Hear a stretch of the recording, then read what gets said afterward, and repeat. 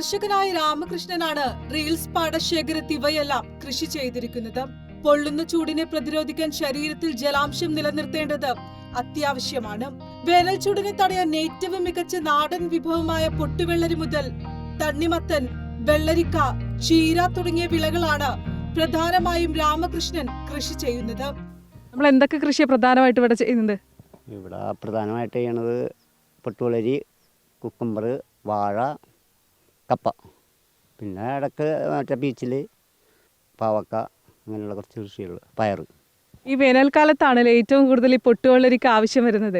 വേനൽക്കാലത്ത് അത് November നട്ടാ December, April അരഞ്ച് ചെയ്യുള്ളൂ. കഴിഞ്ഞാൽ പിന്നെ ചിലവ് കുറയും, മഴ തുടങ്ങില്ലേ, അപ്പോൾ അത് കാരണം കൃഷി കുറക്കും.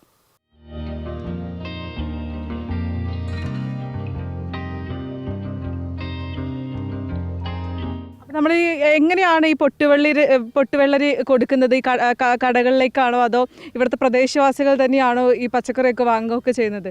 അത് ഇവിടെ ഉള്ളവർ തന്നെ മേടിക്കാറുണ്ട്. പിന്നെ നമ്മൾ അധികമുള്ളപ്പോൾ നമ്മൾ മറ്റുള്ള കടക്കാർക്ക് വന്ന് മേടിച്ചും കൊണ്ടും നമുക്ക് കൊണ്ടുപോയി കൊടുക്കുകയും ചെയ്യും ഹോൾസെയിലായിട്ട്. അപ്പോൾ അത് വില കുറയും. അവിടെ ഇപ്പോൾ നമ്മുടെ വീട്ടിലേക്ക് 50 രൂപ പൊട്ടുവെള്ളരി, കടയിൽ കൊണ്ട് പോകുമ്പോൾ 35 രൂപ കിട്ടുള്ളൂ. ചെറുപ്പം മുതലുള്ള കൃഷിയോടുള്ള താല്പര്യം അത് തന്നെയാണ് രാമകൃഷ്ണനെ കൃഷിയിലേക്ക് അടുപ്പിച്ചതും. ദിവസേന 8 മണിക്കൂറെങ്കിലും രാമകൃഷ്ണൻ ഈ പാടശേഖരത്ത് ചിലവഴിക്കും. ചിലപ്പോൾ മക്കളും കൂടെ കൂടും. പാടത്തിന്റെ ഓരോ ഭാഗവും വ്യത്യസ്ത വിളകൾക്ക് വിനിയോഗിച്ചിരിക്കുന്നതിനാൽ കൃഷിയുടെ വൈവിധ്യവും വ്യക്തമാണ്.